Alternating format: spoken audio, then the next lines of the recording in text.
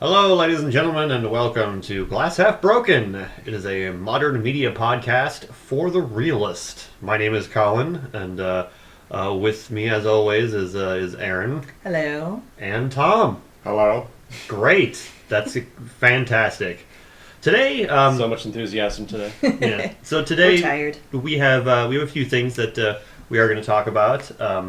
I know I don't have anything like specific to talk about or anything, but our good friend Mr. Tom here does in fact. So why don't we start with Tom here about a thing or things, like thing and then in parentheses an S, like you don't want to do that. Thing is, I Thing- believe you say thing is. Thing is. All right then. But Take yeah, it away. so last week, that may date this podcast somewhat, depending on when you listen to it and when we decide to upload it. But Soma, the new frictional games game, came out last week. They did Amnesia: The Dark Descent. And the Penumbra series. They are horror game gentlemen. To be clear, they did the Amnesia that people like. Because there are two of them. But yeah, it's good. They went back to a sci-fi theme again, like with Penumbra. Very more cyberpunky, very Harlan Ellison, very Philip K. Dick. I don't know. I think it's my favorite game of theirs so far. Although I have to go back and play through Penumbra and Amnesia again sometime soon. So what happens in Soma? All right, the basic premise of the game is that you play as this guy named Simon. I don't remember his Belmont? last name. No, not Simon. No, he's not the whipping kind of Simon. Okay, all right, gotcha. But the game starts out in modern day Toronto, and he's been in this awful car accident. It killed his. They never make it clear if she's his girl, if the woman who gets killed is his girlfriend or just a coworker or a friend. But he's like horribly injured and has this horrible terminal brain damage that's going to kill him in a couple months if he doesn't do anything about it. So he goes to this doctor that has this experimental treatment where they're going to scan his brain, and just off of that brain scan, they're going to upload his whole brain to a computer, and they're going to see what they could do to keep him from dying. A little bit like the Transcendence, that one movie with Johnny Depp just recently. But then also that is also based on something they're trying to do in real life. Right, and this is also diving deep into lots of transhumanist themes and stuff like that. Yeah. So yeah, right immediately after he gets his brain scanned, he wakes up in this undersea base about 90 years in the future, and there are robots trying to kill him and quacking around and making That's what horrible they do. animal noises. This is why I don't ever take part in any of those like medical tests, because I mean, I'm not a fan of robots trying to kill me. Also, You're gonna wake up teleporter and have experiments. robots You remember Half-Life? Kill you. Yeah, I mean, that's the thing about experiments. Like, they never go right. I want to play a game where it's like it opens up and they're like, it's a very just volatile test right here, and then they go through it and they're like, oh, okay, It just goes fine. And it worked. But then like a plane crashes in there and they're like, oh god, and then that's when the game starts, and then it's like it has nothing to do Completely with unrelated. unrelated. I think there's an XKCD comic like that where it's a zombie apocalypse story, but it just ends with patient zero. Like the scientist just kills patient zero, like the very first zombie. Oh, okay. Yeah. It turns out it's a romantic comedy after that. Yeah. So, But yeah, Soma was really good. I mean, it's probably the bleakest kind of setting, without getting into too spoiler of a territory for that kind of a horror game. But I think it's really effective. It makes you think about things that are going on in the game and decisions that you made outside of the game. I mean, there's parts of the game where they force your hand to do certain terrible things in order to progress the story. But right, yeah. They do present you with two crappy choices that you have to decide between. One thing I know you were telling me, I thought this was interesting, was the way that because like Amnesia, you have no way of really defending yourself. You really just kind of have to like run and hide from any kind of enemies. But then you were saying that like if you see them, they can see you. So that's certain enemy types. certain enemy types can do Yeah. that. Okay.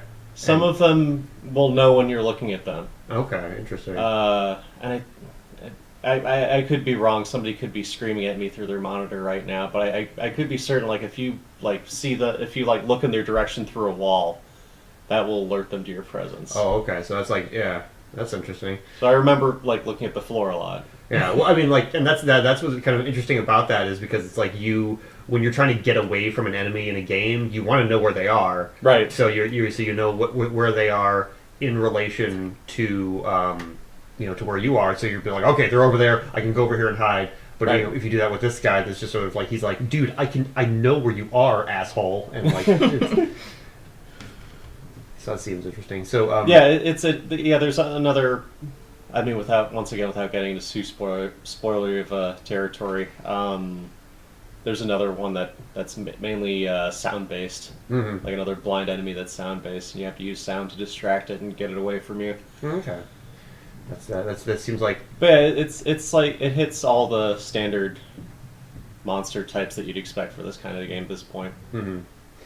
And the interesting thing about Soma was that they had a series of live-action short films that kind of build up to Soma and things like that. Yeah, those are all cool. Super relevant to it. Okay, that is cool. Yeah, because those are fairly well done. The acting is not amazing. Especially there's one where it's like the guy, there's a guy talking to the robot and he's the voice acting in the game is way better. Okay, yeah. Than the acting in those videos. Yeah. I don't know if they had any similar personnel. Yeah, because between the two, but it's not bad, but it's definitely not high caliber acting skills that these people have. But you're me. Yeah, you can't be me. It's not that bad. Just be like, oh, what? Like the guy's trying to look surprised, and he has that look what? How can you know?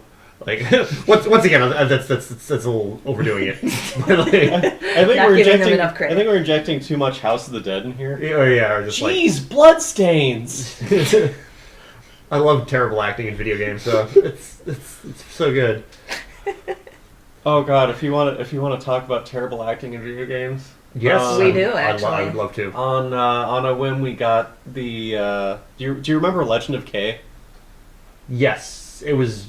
It was like a platformer, and you were you're this kung fu cat. I remember sword. I remember seeing it on store shelves. It was one of those games where it's just sort of I saw that and I was just like, oh hey, it's a new game, and then after that I was like, never again. Yeah, it was actually a well reviewed and well put together game. It's just that the voice acting is so fucking bad. It's. Do you want to give us a little sample? Oh Jesus, I can't even. Do you remember the Mega Man X games? That I remember. Yes. How bad the voice acting was in those. This is worse. I don't actually. Yeah, I can't think of what the acting would. Oh, I wasn't really paying attention to the voice. Oh yeah. I think we were just playing the video game. Right. The ones on the PlayStation 1. The ones on the PlayStation 1. They had anime cutscenes. Because Zero's holding his dead girlfriend. He's going Iris, and his voice cracks. It's like Dante from. Okay, a little bit like that. Yeah, I didn't play a lot of Devil May Cry. I mainly played the Legends games and Misadventures of Trombone, so on PlayStation. I attempted to play some of the other games, Mega Man games on PlayStation. I just didn't like them. Yeah, the Legends ones were the token easy games. Yeah, I remember they were good then. Yeah, with that and I don't know how well they hold up now. I just recently actually played a little bit of Misadventures of Trombone, and that has a very similar control scheme as Legends, and it took me a little while to get used to because of the tank controls, but it actually I was having fun with it. And they are actually going to be putting Mega Man Legends on PlayStation Network soon. They've actually because so is it going to be all 3 games, or are they just re-releasing the PS1 classics again?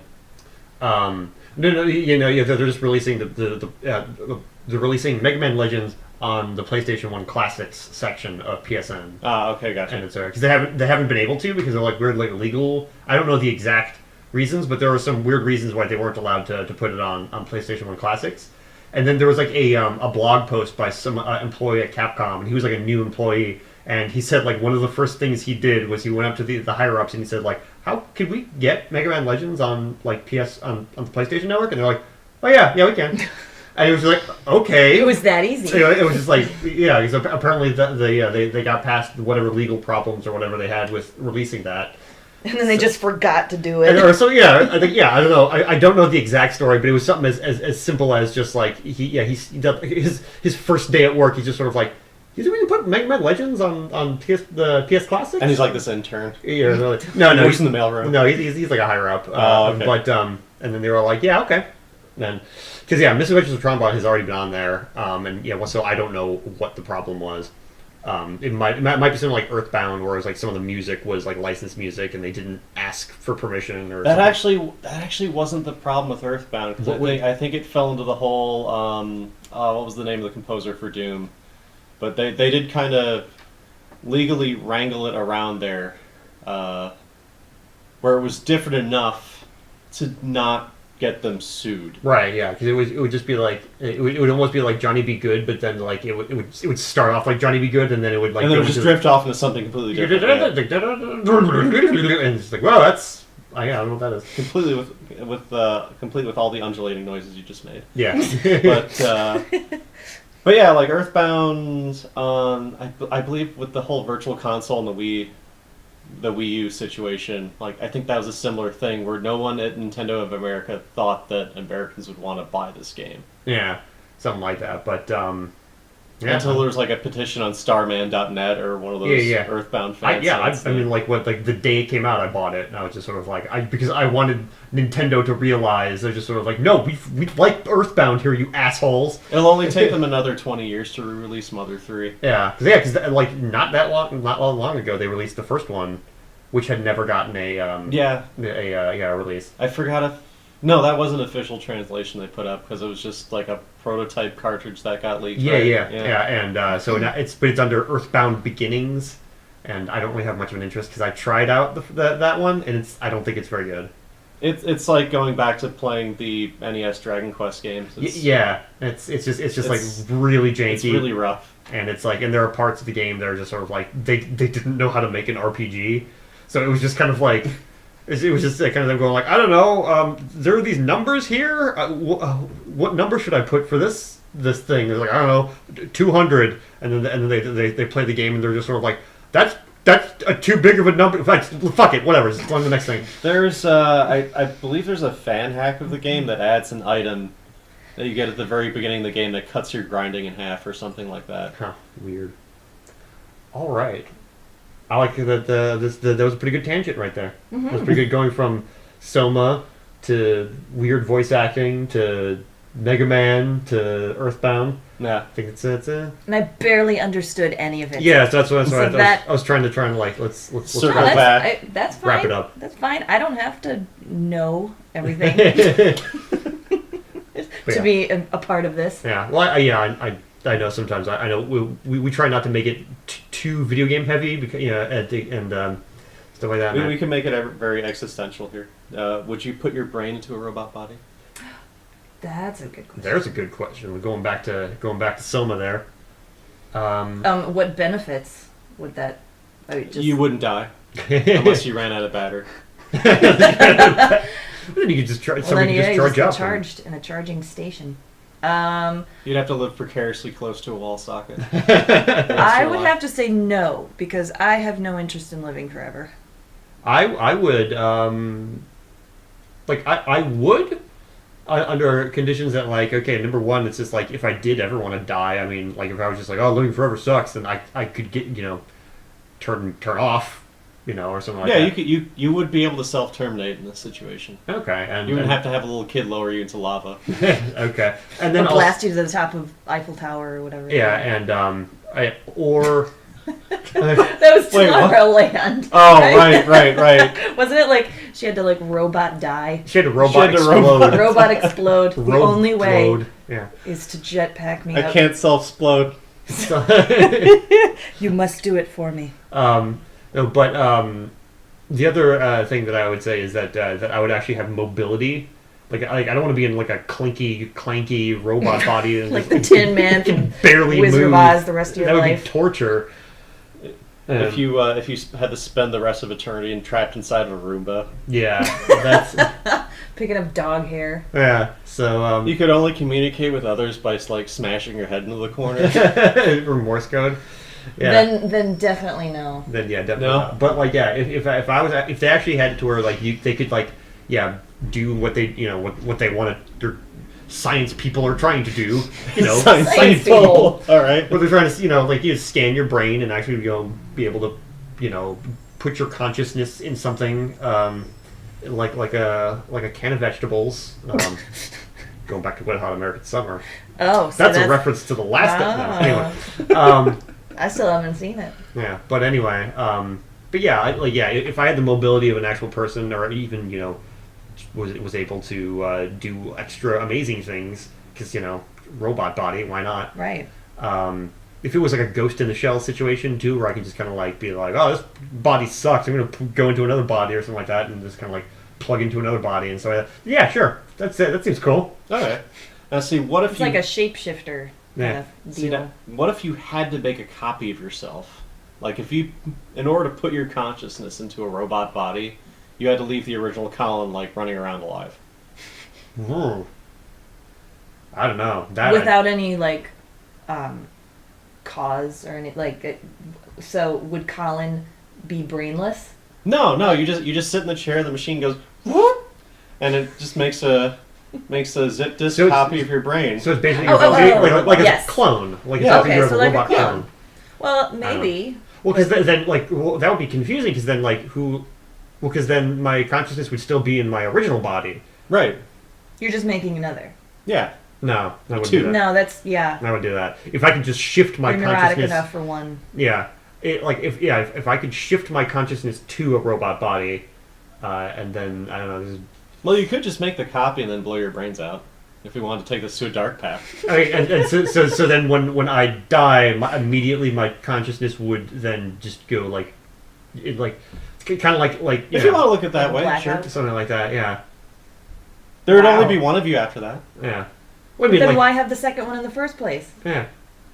I don't get it. That one's a little weird and a little confusing. But if we're talking about actually like taking your consciousness and like actually like to where like you shut down and then you wake back up and you're in the robot body and you're all like, oh, it's awesome. I have laser fingers now, or I don't know. Then yeah, sure, fine. So absolutely. So are laser fingers the deal breaker? That might be. You mean not having laser fingers? Right, would that be the deal breaker? Yeah, like why have a robot body if you can't have laser fingers? Well, it would be laser pointer fingers. They don't actually like. Never mind. Do that. So you'd be really good at presentations. That's right. And you just be all like presentation bot. You'd be all like, you see these 10 points right here. Then you wow, look how he seamlessly just points like your at everything. midsection just has an overhead projector that just like juts out. Be like a robot from Futurama. Yeah, basically. pretty much just a single purpose. Then robot. Then no.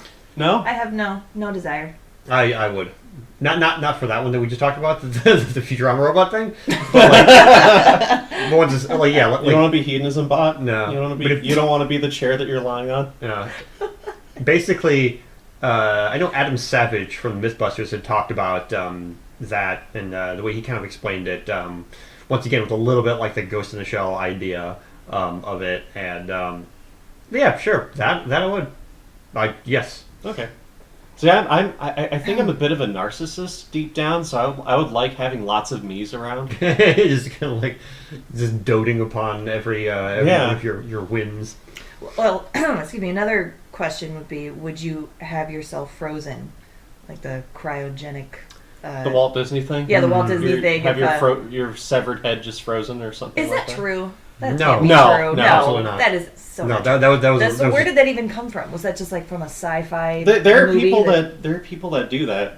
Well, I know, there are people that they're called cryonicists, and it's a complete scam. Oh, yeah. Because the freezing process is going to totally destroy your body. Yeah, there's absolutely no way that you can recover from that. Yeah. I can't believe people would actually buy into that. But yeah, but if like so the question would be if there was if it did work. Let's say if there's a cure for death. If you could cure death, and so then you sign up for this, and You're like, all right, I'm going to be frozen, and in 500 years, I'm going to be resurrected. Yeah. I don't know. I don't think I could. No. No. I'm going to say no on that one because I think of it this way: is that like number one, world could go completely to shit. Like you can wake up and be like Idiocracy, and just everything sucks. Oh, it's heading that way. And then wasn't that also a thing in Sleeper too? It's been such a long time. Yeah, the movie Sleeper. Woody Allen plays a guy who's frozen in the 70s. Yes. And then he like wakes up like 100-something years later. And then he winds up being like a Che Guevara type hero by accident or something like that. Yeah, completely by accident because like there's this leader that is trying to... and of course everyone's in matching suits, as you will be in the future. Yeah, and but like it's... Yeah, this one like evil leader that's like he's like a tyrant. It's like a totalitarian like government like society. Right. And so Woody Allen, I forget his name. I want to say his name is Milo. I could be completely wrong. I forget his name, but he's the one because he's from like the olden days. Like they actually he doesn't have like a chip or whatever. Right? Yeah, something like that. So he's the only one that could actually like infiltrate and the man. It's been so long since I've seen Sleeper, but. Yeah, so he, I don't know. I remember it's because he didn't have they were chipping everybody and he didn't have the chip. Or it was something like that. Like everybody has like a chip that they can. Once again, I have not seen this movie in a very long time. So. Yeah, so everybody in their society has a chip, but then since he was woken up from the 1970s, obviously they weren't doing that, so he didn't have one, and so like this rebel group. That was basically kidnapped him and said that you need to, you're the only one that can do this because you're the only one that doesn't have the chip. And then after that, Diane Keaton is there. And says something quirky and does something quirky or something like that, and then he, at one point, Woody Allen dresses up like a robot man, like one of the robot butlers that they have, and it's a wacky scene, wackiness. It's a weird movie to explain to somebody who only thinks of Woody Allen as making these very like independent comedies about right. Like, it's him. Modern it's very Woody much Allen him is very playing different against type. Yeah, and it's like and so At one point he made a weird sci-fi adventure, very low budget, but it's still a very entertaining movie. It was kind of like if he did a Logan's Run fan fiction with him as the self-insert or something like that. I'll say this is before Logan's Run. Was it? Oh, I think been. So. Yeah, because this was like early 70s. This was like 70 or 71. Jesus, I forgot that. I forgot that movie's that old. Yeah, and then like Logan's Run, I think was like mid 70s. I think. Damn. I could be completely wrong, but I think that is. I don't know if it's picking it up or not, but my garbage truck is squealing in the. Well, now it's moving. Okay. So anyway. So Soma sounds pretty cool. Yeah, it's a swell old time. It's the feel good game of the year. Right, it sounds like it. Totally not soul crushing. Okay. All right then. So, unfortunately, that was like the one thing that we were going to talk about. Well, we could have a 23-minute episode. No. I'm pretty sure you're not supposed to say that when you run out of material. No. Let's be honest with the folks there. Yeah. Once again, we've been busy with stuff. I haven't really. I've been playing a lot more Metal Gear Solid 5, and things like that. How close are you to the end of that? Not not at all. I mean, okay. I think because when you about to say if we want to have a spoilerific conversation. No.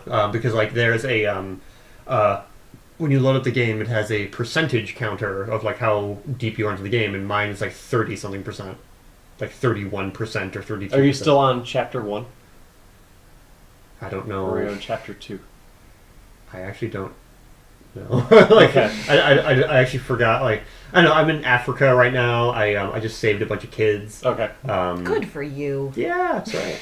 And then like after let it be known that Metal Gear Solid 5 is a game that forbids you from murdering children. That's right. Yeah. Well, that's they do not give you when you go to save the kid, because originally the mission is to go and kill these prisoners before they talk, because they're gonna blab about secrets. And then you go there and you find out it's a bunch of kids, and Snake's out like, fuck that! I'm not gonna kill a bunch of kids. I'm not an asshole. So what he does is they because like he has like a microphone on him at all times and stuff like that. So he's talking to the guy in his ear, Kaz, and he's just like, and Kaz is just like, all right, we're rolling, go ahead. And so then he basically just like shoots above them, so you just hear a bunch of gunfire, and then so then at that point they're like, all right, well we'll use that to kind of like basically tell them like, okay, they're all dead, and then so then after that you have to like get them out and save them, and then after that, though after that you bring them to Mother Base with kind of the intent of turning them into child soldiers, but so it's not. So you can't kill them, but you can enslave them. Yeah, but like they are these orphan kids, and when you first take them to Mother Base, it's basically their Kaz and Ocelot are there, and they're just like, all right, well we'll we're gonna teach them how to read and write, and we're gonna have them do odd jobs and stuff like that, and then. But we're also gonna teach them how to murder the shit out of people. We may or may not teach them how to murder people. That's up in the air right now. But for now, let's get them to their bunks. If you've played the later Metal Gear games, he does teach them how to violently murder people. No, yeah, because that's the interesting thing is that you're playing as one of the big villains of the series. Yes, but just kind of they've had you play as him for. Shit, there's like 4 games now. Yeah, well, there are more games I think where you play as Big Boss than you play as Solid Snake. Yeah, well, it's like there's Snake Eater, Portable Ops, Peace Walker, Ground Zeroes, Phantom Pain, and then if you want, I would consider Ground Zeroes and Peace Walker to be the same game. You mean Ground Zeroes and Phantom Pain? Or Phantom Pain, I mean. Yeah, because it's they basically just Ground Zeroes is like the prologue. Yeah, and so then at that point, and then after that, they actually you have to go. At one point, you have to fight the man on fire, and it's a really weird. That is just what they call him. That's just the man on fire. Man on fire. All right. Denzel Washington. I was about to say, a shout out to a Denzel Washington movie that hasn't been made yet in 1984. No, but whatever. They have a 1999 remaster of Rebel Yell. So it's like, yeah, Rebel Yell, it's from the 80s, but then they have this like 1999 version of it on there. So it's just like, all right, whatever. But I mean, like, that's far from the only anachronism in the game, though. Oh, yeah. I mean, like, there's a bunch of songs on the playlist. I'm just sort of like, I'm pretty sure that was like 89. Or in the series, I mean, shit, they gave you a Walkman in the 70s. Yeah. So. There's a Walkman in the 70s, right? Like the early 70s. I don't think so. Hold on, to the internet. Let's go to the internet. So anyway. Ooh. The weird part about fighting the man on fire is that, like, you can't. Like you're outside, and there is a reservoir there, and so basically it's just like, all right, you got to put him in the reservoir because water is his, he has to be on fire at all times. That's just his thing, and I couldn't figure out basically the Kaz in your ear is just sort of like all right, you need some kind of stopping power, like a shotgun. It's like, all right, I don't have a shotgun. I actually supplied because you can make a water pistol, like a kid's water pistol. So I thought to myself, like, wouldn't that be just like Hideo Kojima to do something as stupid as that? So I dropped a water pistol down, and I'm like, oh please, let this work. So I shoot him in the face, and Kaz is like, that's not gonna work. What the fuck are you doing? Well, not quite like that, but I was just like, oh damn it! But I had to try. And so, but then after that, I was like, all right, I probably have to supply drop a shotgun or something. So, but then because there are cars there in that area, so I'm like, all right, you probably have to line it up to where he's like right in front of the reservoir and then run into him like that. That's tough to line that up and do that. And I'm just like, all right, this is really annoying. So I'm like, all right, I'm going to supply drop a shotgun. And at that point, it started raining in the game, and then he goes away, and then Kaz is like, oh, he's gone because it was raining, and I was like, oh, okay. Don't look a gift horse in the mouth, I guess. But yeah, I didn't get past that part the way you're supposed to. It was just like, I wonder if that's one of the, who was it? The end in Metal Gear Solid 3, where if you take too long, I was taking too long because you will die of old age or something. I definitely took too long during that man on fire part where it's just like.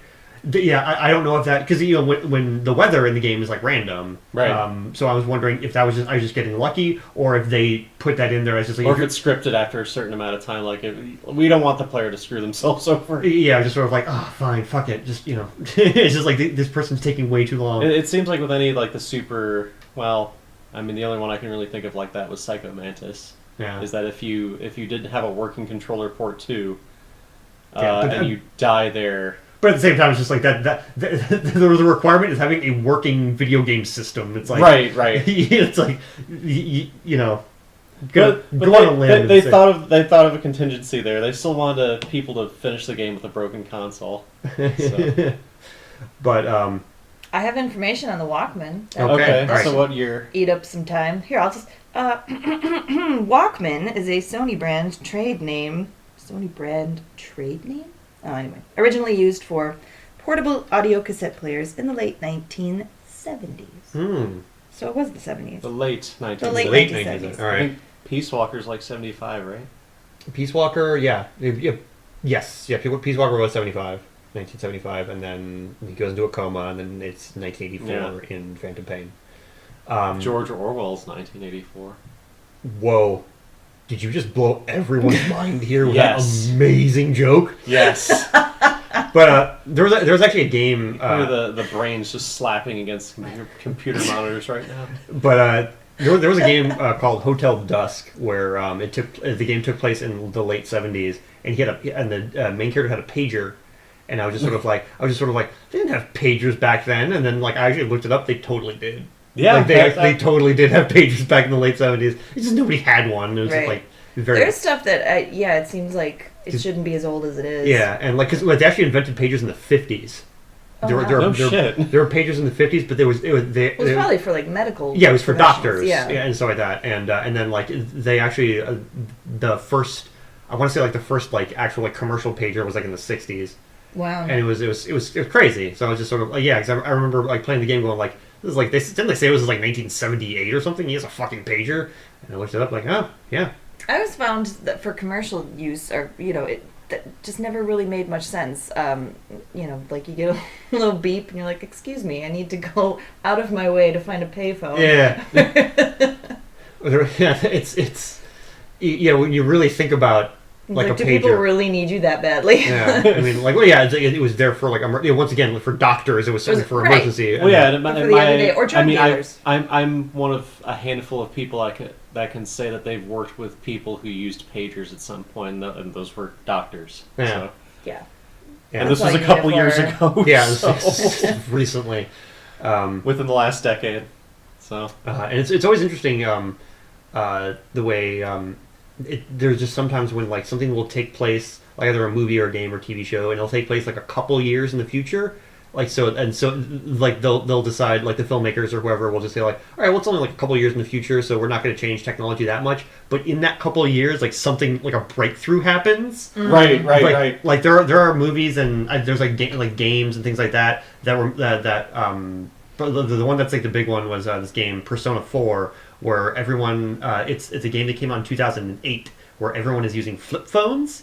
And the game takes place in 2011, so it's like not that much. But then from 2008 to 2011, like everyone has smartphones. Yeah, nobody has flip phones anymore. So yeah, that's and then there's a couple other like things like there's been some smartphones in general are just kind of crazy. That is just kind of a crazy thing to just up and invent. Yeah, and how many kinds of stories that you can't tell in a setting that has, cell phones, let alone there was let alone smartphones. It was interesting.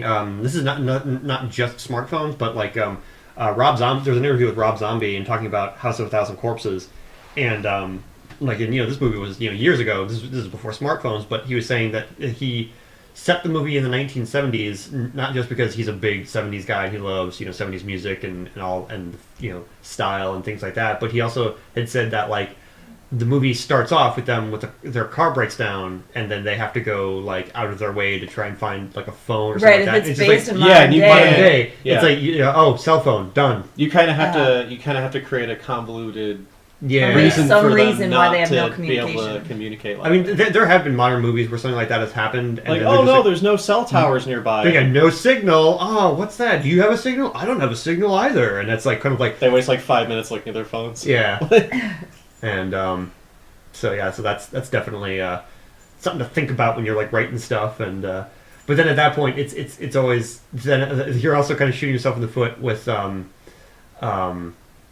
Yeah, you shoot yourself in the foot with that, but also like you can put in different anachronisms and because when once again between like just a regular cell phone and a smartphone, well, it's like when you're trying to look up information on about something, it's like on a regular phone, it's like you can't do that shit. iPhone, you're just sort of like, oh, let me just check that right now. The answer is yes, and it's just like right. And there's no debate anymore. Yeah. I mean, well, just the fact that most it's a of this Walkman thing. You right. just It's look like, that well, up. I'm just gonna look that up.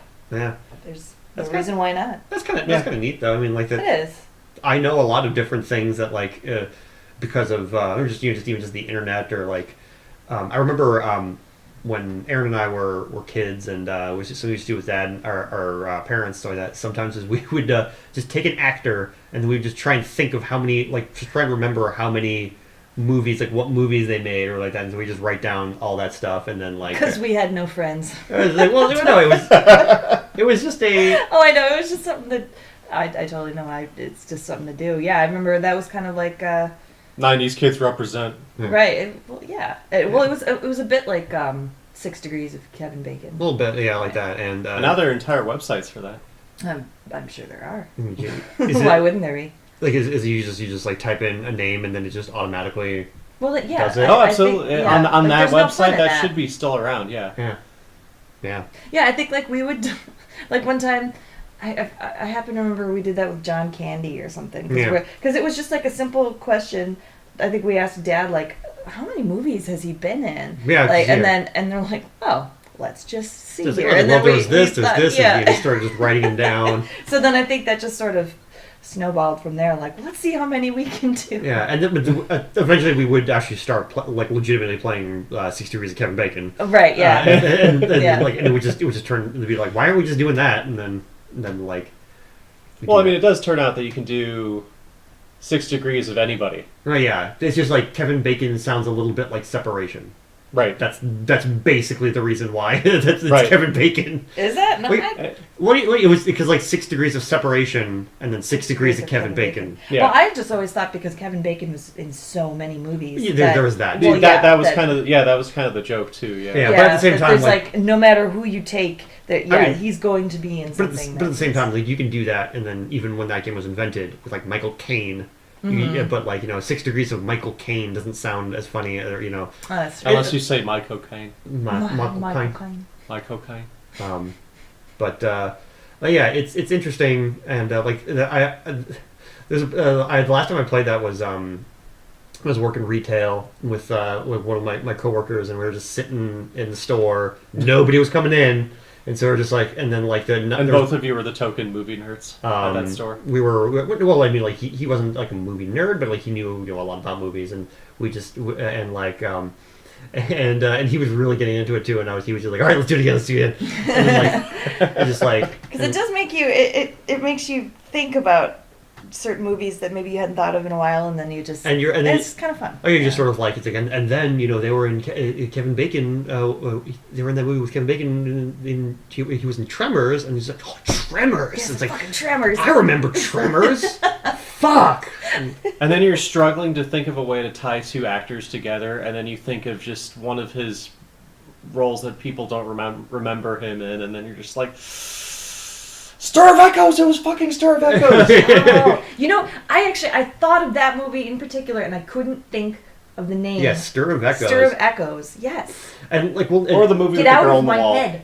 The what? Or the movie with the girl on the wall. Girl on the Wall. Spoiler What is alert that? for a That was- 20-year-old movie. That was Stir of Echoes. Yeah. Is what he's talking about. No fucking way. That was 20 years ago. Or, I don't know. I'm probably Right. exaggerating. No, here. 20 years ago was 1995. Like this Right. was Yeah. it was not This was like 2000. Well, then, okay. Yeah, it's like all right, 98 or I was like, 99. well, I think it was early 2000s. Anyway. Anywho, that's the thing about Kevin Bacon now is that if you legitimately wanted to, like, he has been in so many movies now, where it's just like you literally could just be like, oh, like all right, let's do this to Kevin Bacon. Like they just recently did a movie together. You're like, oh, And now he's in a Done and done. multiple season running TV show. well, you can't So- you can't use TV shows though. That's the thing about Oh, that's Sesame true. Right, That's true. it's- That's Street. true. It's movies Movies. only. That's true. And I always even go further, theatrical movies too. Like I want to say he's been in some like directed like way back in the day. I think he was in some direct to video movies. They don't count. Theatrical films. But can you imagine though if you counted like all the TV appearances and all the commercials that he's been in? Oh Like, God, you yeah. could narrow it down to like 2 or 3. 3 links, I degrees think. of Kevin Bacon. It's like we practically know him by this point. Yeah. We've appeared in film with Kevin Bacon. So anyway, Kevin Bacon, 6 degrees of Kevin Bacon. I remember it was really funny when the movie 6 Degrees of Separation came in, like that like early '90s like movie that Yeah, like Will Smith Smith. and stuff like that. Like, and, Oh like my God, I forgot about that movie. yeah, and Yeah. like when that was out or something like that, I remember like always like thinking of like it'd be funny if there was like a SNL skit or something, and it was the 6 degree. It was like they would parody that movie, but it would be 6 Degrees of Kevin Bacon, something like that. Yeah, because that game's been around for a really long time. Like it seems like it's to me it seems like it's relatively new. But I'm No, also no. when I think of 10 years ago, I think of still like the 90s. Yeah, yeah. Like But- oh wait a second. That game's been, or the 6 Degrees of Kevin Bacon game has been around. Like the first time I'd heard about it was like early, like 91 or 92. Super young. Dad mentioned it, and I think that was like the point where like I think I had to ask who is Kevin Bacon Yeah. because I was like 6, so I was just like so I wasn't sure. So It's like, oh, he's that guy from Tremors. I knew actually I did watch Tremors when I was a kid. Yeah. Yeah.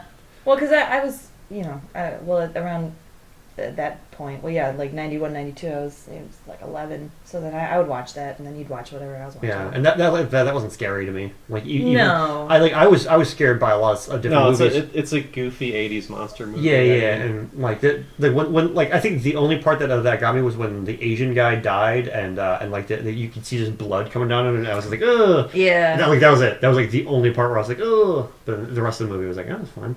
It's fun. Yeah, you would get scared at certain things that. I remember there in the mall there was a Sweeney Todd poster. Oh yeah, the Sweeney duel because it was a creepy. It was a weird very looking- very creepy poster, and was you a- would not even go near that part of the mall. Yeah, it was weird. Same with Beavis and Butthead, like early Beavis and Butthead. I don't remember. Yeah, there was like Spencer's Gifts or whatever, like in the mall. We would pass by, and there was a poster of. It was when they did their frog baseball. Like there was a poster of them, like Frog real baseball. crudely That's drawn. their Beavis- first episode. Yeah. Oh, that's right. That So was there's the a big first. poster. That wasn't the first episode. That was like the first short they did on Liquid Television. That's yeah, right. That's yeah. right. So I mean, that's this is right. this Okay. is really long I don't time ago. I don't remember getting. Oh yeah, you were So there's a poster of their. 'Cause I love frogs Beavis and Butthead. I know, So but I don't- but at that time, yeah, you were. I guess maybe just. I they're can see how you'd be weird- freaked out. Well, I mean, they're like the original. They're so crudely drawn. Well, yeah, and they're weird just and- weird looking, and I think you were just kind of like, I just no, I don't want to go over there. Yeah, but then like I guess once I actually started the show and I actually started watching it, I'm like, this is fucking hilarious. These guys are great. Yeah. This is the stupidest show I've ever seen. Yeah, if we want to play Let's Fabulous. Psychoanalyze Colin here, I mean, maybe that fell into the I could have. uncanny valley of Kid You.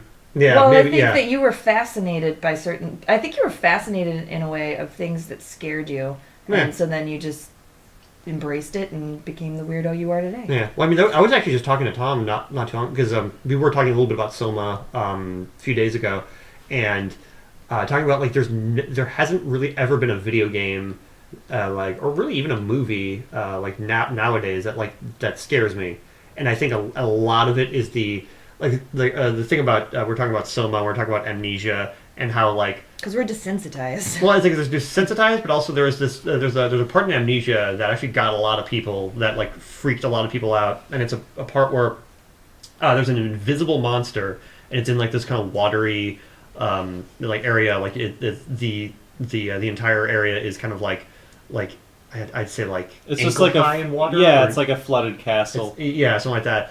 And so you hear it like you can hear the footsteps and stuff like that. And if you have to get like jump onto like cabinets and other things in order but if you actually like land in the watery parts of it, then it knows where you are and it starts running at you. But you can't see it because it's invisible. Right. And then like That is freaky. That's kind of like when you played lava when you were a kid. Like Or you got to something like jump that. on And- the couches. yeah, and when I first, because like I didn't get super far into it, but I did get to that part. And the thing was, number one, I thought to myself like, I can't see him. Is this a glitch?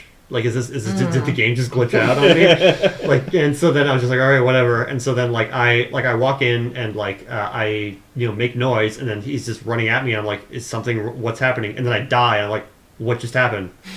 What the fuck just happened? And then like the thing is that the checkpoint is like right at the beginning of that room. And all you have to do is just get on the other side of the room and leave the room, and like that's all you need to do there. So like once I figured that out, I was like, oh, it is an invisible monster. I guess that's kind of interesting. And like so then like you pick up stuff. You're supposed to like pick up something, throw it on the other side of the room, and then when he's running for that, run for the door. And like I died like twice. Like first when I didn't know that it was supposed to be invisible, that it wasn't a glitch. and then the second time where it's like I didn't throw the thing far enough, and then he like ran towards me, and like it wasn't scary. It was just sort of like because of the fact that the checkpoint was super close to that part of the game. Like it's anxiety. It was basically just sort of like I would just be like, oh, I died. Well, I'm gonna just try that again, and like like the checkpoint was like 2 seconds ago, so it's like, all right, let's just do that again. And then I got to the other side of the room, like, okay, did it, and it was just that kind of that. So like it didn't do anything for me at all. Oh, okay. Because I was gonna say that for me, it would be kind of an anxious feeling of like, all right, I need to do this, or else, it's like it's not scared. It's just I don't know. Anxious. And it's like but for some weird reason I was thinking to myself like, all right, well, I guess I'll just try it again. And then during that part of the game, I remember almost shitting my pants with fear. Yeah. That is kind of a cliche at this point to say that part scared you on the internet, but that scared the shit out of me. Yeah, but because you're trying to distract the monster, then you're like huffing it through the water to the little valve that you have to turn. You have to turn it by like swinging your mouse around. Yeah, that's how I feel when I play Five Nights at Freddy's. but the thing was like I had like multiple things, so it's just like all right, throw one thing, go to the crank, throw another thing, go to the door. It was just sort of like it was like, oh, okay, I think I got it, and like there was no fear. It was just sort of like, all right, here's what I need to do, and like it didn't like and that was the thing with multiple things about Amnesia and like any horror game. Like I was playing Outlast, which is another game that everyone's like, oh, it's the scariest game ever, and it's just like you need to go hide from monsters and you can't defend yourself, so you need to go hide in like lockers and things like that. And when they find you, of course, people on the internet that play the to do the let's plays with the face cams, like, oh god, you found me. And then, like mine is just more annoyance. It's like, no, he found me. God damn it. And like, well, it's a play on nightmares. I mean, like Five Nights at Freddy's. That's it's really only thing that I can reference because that's that I've played. But I mean that's it's a huge famous thing right now. Yeah, right, exactly. So it's but yeah, it's that fear of like you're in a nightmare where you can't see what's coming, you hear it, and you've got this feeling like if I don't get out of here, I'm going to be ripped apart. Or, and that's kind of why I like Five Nights at Freddy's is that number one, like if you die, you have to start the night over again, and it's not just sort of like, oh, okay, whatever. It's like if you're close to that 6 a.m. and then you die and you're all and like. You lose track of some of the animatronics and you're just sort of like where are they? Oh, it's so creepy when you hear him walking down the hall. He's like dum, dum, dum, dum. Oh yeah, It's just, to me that's just especially if you had the shit scared out of you by animatronics as a kid. Yeah, that have you? And with me it was Showbiz Pizza. No, it was not Showbiz Pizza. It was the goddamn Hall of Presidents at Disney World. Oh, okay. Disney World. Goddamn Hall of Presidents. Because it's like, when you're sitting at just the right distance away as a kid, like I forget if this is even still an attraction at Disney World, but it's just like falls right into the uncanny valley right there. Yeah. And they're the freakiest goddamn thing. I mean, I remember when I was playing BioShock Infinite, I really didn't like the game, but I remember really liking the George Washington, the Iron Patriot, or whatever the hell it is. Because that was just that replicated that for me in video game form. Well, it's like, Jesus Christ. Well, it's interesting how like that's almost just short of having the actual animatronics shoot fire out of their mouths. Yeah, but the thing that got me when I was a kid was Showbiz Pizza, which is interesting because like I was born in '85, and like I remember going to Showbiz Pizza like at like age 5 or 6, something like that. Well, I think at that point it turned into Chuck E. Cheese. Well, like, but here's the thing: like it was Showbiz Pizza because I do remember like we went to a specific Showbiz Pizza, but like most of the Chuck E. Cheeses or most of the Showbiz pizzas had turned into Chuck E. Cheese but I want to say there was like a few stragglers. So Yeah. I think we had gone. They were to, holding like, out. They were fighting the good fight against the Rock-afire encroaching Explosion wasn't Chuck E. Cheese. wasn't No, it was the done. other way around. Showbiz Pizza bought Chuck E. Cheese and just turned all. Oh, of that's it. right, So that's it was the other way around. And so yeah, so when we went there, it was all the Showbiz. There was no, there was no Chuck E. Cheese anything. It was all. I want to say they had like Chuck E. Cheese toys, like in like the vending machines or like and stuff like that, like the claw machines. So it was like hey, all this Chuck E. Cheese stuff, but it was still Showbiz Pizza with all the Showbiz. So what was it that got you really It was the freaked bear. out? The bear? It was the fucking bear. I was gonna say, for me it was the gorilla. I was not I think he was the drummer. He was the drummer, yeah. Yeah, I was not a fan of him. Because every time look at Oh my god, I remember the gorilla now. yeah. Like his Yeah, simple that's right, monkeys the freaked bear. me the fuck out as a kid. Well, 'cause, Really? like, yeah, like most of them. Well, most of them just had this frightening look of just like when their eyes open really wide and like. Happy and birthday! it's like I don't know, that. that's probably not how he Yeah, talked. but anyway, so yeah, and like they were just terrifying. So anytime they came on, I had to I remember like my mom took me to like the women's bathroom and just like, all right, well, just wait here a bit. And once again, that is why you are the way you are today. Yeah, but then so that scared the shit out of me, and so like years later, like I don't get like super, like I don't get scared by like video games, but for some reason like Five Nights at Freddy's, Yeah, that's fucking creepy. yeah, we're showing it right now. We're We just looked it up there. I guess if anyone at home could just type in Showbiz Pizza animatronics or Rock-afire or we'll Explosion. show it up in the if you're the watching thumbnail for On this video. YouTube. yeah, if you're on watching the that. YouTubes. or whatever. I don't know, in whatever way. But yeah, like it's kind of interesting how when there are people talk about Five Nights at Freddy's, there are some people that just like, I don't understand what's so scary about it, and other people are like, oh god. And I Right. noticed that it's the younger gamers out there that are like that don't understand because they're too young, because like they were probably like born like after. Well, it said here it ceased operations in 1992. Yeah. Okay. So- So that would have lined up with that, and like, but like, yeah, you gotta think like there's so many like 20-year-olds that like were born in like 1995, like Right, so they like, don't know. So they don't know what the only animatronics they ever see would be like at like a Disneyland or something like that, but they don't remember like those types of animatronics, or they were that was before their time. So when they look at like, because a lot of people when they were like talking about Five Nights at Freddy's, they're just like, they're not even scary looking. They just look like kids things or something like that, and then other people who were older were just sort of like, this is terrifying. It taps into their childhood fears. Yeah, and like so it's interesting the way that the game series goes on, because there's 4 of them. There's 4 or 5 Nights at Freddy's games, and with the first one, it's like that's how like those look like those could be like animatronic characters in like a pizza place. That totally does. Yeah. And then in Five Nights at Freddy's 4, they're made to look actually like terrifying. They have like sharp teeth, and they're Yeah. like they actually look terrifying. And that's As a supposed- child would see them. yeah, that's basically what they would look like to a child. That's basically the whole point of that. It was kind of interesting, but to me, that's not as scary, because it's like that's Right, not as if creepy, you- because it's like oh, it's made to look all scary and stuff like that. And then like Exactly, with like- like the original one, it was like those kind of bring back those memories, and those games aren't particularly scary, but at the same time, like what it's doing is just bringing back those memories of when you were scared of stuff like that. That's why I think that like slasher movies don't really do anything for me, because Oh, if they don't you're do anything for me either. right, Yeah. if you show everything like, hey, look at this, isn't this disgusting? Aren't you scared? Yeah. But then you sort of tap into like the childhood fears of like this thing's gonna come get me. Like that's scarier to me than by showing like the fourth game where they have all the fangs and they're supposed to look all terrifying is not as terrifying, because it's not using your imagination as much, I guess. The game though does the fourth game does actually seem really interesting, and because I think it's like he was once again, when you get to a fourth game, he's trying to do something different. So like making that like kind of like this is kind of what you'd see as a kid is interesting. It's not quite as scary, but like the interesting thing about that is that it is almost completely sound based.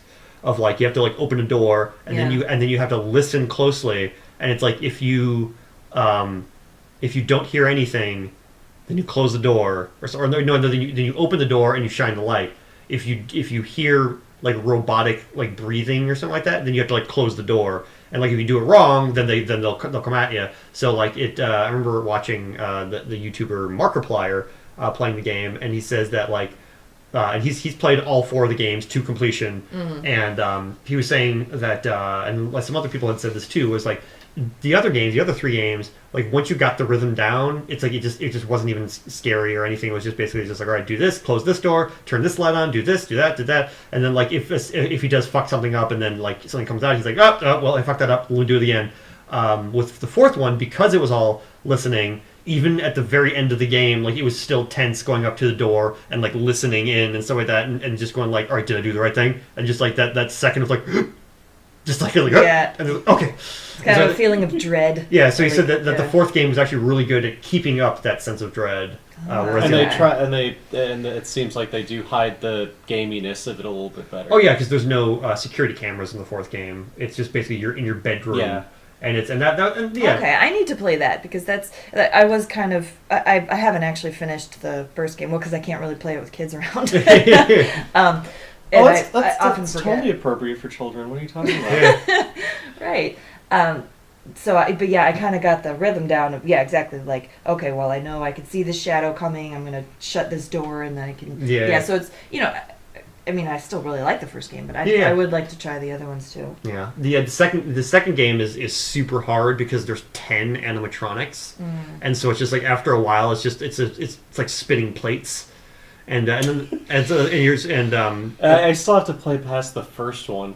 Yeah, and I honestly kind of noped out halfway through the first game. Yeah. But I have been keeping up with them through other means. Oh yeah, admittedly I haven't finished any of them either, but once again, like I watched all of Markiplier's videos and just so like I've seen all of them to completion, but I haven't actually finished all of them. The third one doesn't seem that interesting. It doesn't. I mean, it's interesting in the fact that like there's one animatronic throughout the entire thing, and what you have to do is you have to lure it away from your security office. And that's basically what you're doing every night. And then at the same time, you're also having to keep in like other maintenance like things in check. Like there's like the ventilation system, the camera system, audio system, and stuff like that. You have to like repair those every once in a while, or else they'll fuck up and you're not able to lure him away from you. Right. And stuff like that. So it was Scott Cawthon's he's the creator of the game, his way of like trying to keep it fresh and trying to be like, let's try something different. Yeah, and maybe it wasn't just working as well. Yeah, and each game he does try to do something a little different, and he tries to introduce like some element that wasn't in the previous games, and I think he did a decent job with all of them, considering once again it was one dude, like doing this. That is pretty amazing. Yeah, and there are plenty of games. Well, because there are plenty of games where it's like, oh, it's just made by one dude. It took him like 10 years, but like this was definitely, he's just cranking them out. He's cranking them out, and they're actually like good. They're not like cranking them out and be like, here it is again. And, yeah. It's really kind of funny when you think about it, because it was one of his earlier games. I forget which fucking game, because he's made like 20 games. This guy. Oh yeah. Because it got like he got a really bad review from, I think, like, who was it, like Jim Sterling. Uh-huh. It was just like, man, this looks like some animatronic out of a nightmare, and the main character that you're playing as was like this little beaver or something like that. It was supposed to be cute, but it wound up looking terrifying. Oh yeah, that's right. It was supposed to be like a cutesy kind of game, yeah. And he made it, and then like it was multiple people, yeah, and people were just sort of like, these characters look terrifying, and so then he realized, so then he basically just said that like, I could make a way more terrifying game, and so he made. I found my calling. Yeah, and then so he made that. And so that's what else I hate? What? Claymation. That actually is pretty terrifying to me. Like the California Raisins. Unless it's something like, if there was a game of where I had to lure the California Raisins away from me, well, I will do it. There have been a ridiculous amount of Five Nights at Freddy's like clones on there of like fan-made games that are like basically the same thing, only with like, oh, it's SpongeBob characters, or oh, it's My Little Pony characters, or it's your Five Nights with Pokemon or something like that. Like there's like one with like Disney characters and stuff like that, and so it's like people have done their own like versions of it, and 90% of them are terrible. But there have been a few that have been like legitimately well done, and even Scott Cawthon has just been like, damn, damn son. Damn son. this ripoff is actually pretty good. So is it becoming a genre at this point, Kind of. where you're locked in a room and you're A FNAF-like? a FNAF-like? Yeah, that's right. You're, Five Nights at Freddy's like. You're managing resources. Although I think the fourth game completely did away with resource management, right? Oh yeah, it was basically all about just listening for the animatronics. Yeah. And like it was well done. I think those games are really cool for what they do. Like a lot of people don't like them because of like various reasons, and people have valid reasons for not liking them. But I think Well, if you fucking hate jump scares like at all ever, like you're gonna hate I these hate games. jump scares. Like I hate them. I think they're done perfectly in these games. Well, yeah, because he's using it as a fail state. Yeah, it's a fail state, and it's just like I hate it when it's just a jump scare just out of nowhere, like yeah. and you're just like like that. Right. Even like Has nothing to do with it. yeah, it's just like like even if it is a monster, it's just sort of like it's just a monster. It's like with this, it's just like if you get the jump scare and then it's game over. So it's just like all right, that. Yeah, because it seems like the whole like gameplay loop is like training you to anticipate. Yeah, you're just the sort of jump like scare. Yeah, and that was another thing I didn't like about Five Nights at Freddy's 3 was that there were jump scares and that weren't a fail state. Oh, really? Because okay. like so he broke that part of the formula. Yeah, but then like So that's the only one I'm not familiar with at all. because like one of the things, if the ventilation system is fucked up, then basically you start hallucinating because the ventilation is all weird or something. Oh, and like you're that. like breathing your own like breathed air. Yeah, something like Right, that, and okay. like so then like you start hallucinating the other animatronics, but then when you see them, then it's they're not actually there, Right. and so those parts are like kind of cheap and they're really not that scary, but like the third one is the weakest one. Yeah, we should totally go back or at least I should totally go back and play through these myself. Yeah. 'Cause I've never actually done that. Yeah. And it's kind of weird to talk about games that you haven't actually played yourself. Yeah, but like they're cool games, and like the first one, there is a formula that people found that like that you can get through it pretty easily. Oh yeah, like on the way you get through the sixth night is like there's a totally algorithmic way to get through that. Yeah, and you can just use that for all the other nights too. Yeah. I'll just sort of like check the left door, check the right door, check Pirates Cove, then check the left door, check the right door. It's like you can kind of like do a little bit like that, and so you're able to get through it. Well, I would have to say that we've had a pretty good full show. I do miss Colin Explains. I would like to have that for next episode. The only reason that like I have it is because there hasn't been like Tomorrowland was like fresh in my brain, even though it had been a while since I'd seen it. But I'm trying to think of like other stuff to just explain. And there is a very specific movie that we're thinking of that we have to make Colin rewatch. Yeah, I need to rewatch it, and so how about for next time? we'll try. We'll try. No promises. No. We still might. Well, all right. Well, I hope everyone has a good week, and thank you so much for listening to our psychobabble. Yeah, this one was more tangent heavy than the other one, mainly because like Soma was like the only thing that was like, okay, that's what we're going to talk about. We're going to talk about Soma and anything else. The associated existential crises with that. Yeah. Right. I think we did a fabulous job. All right. Bye. Bye. Bye.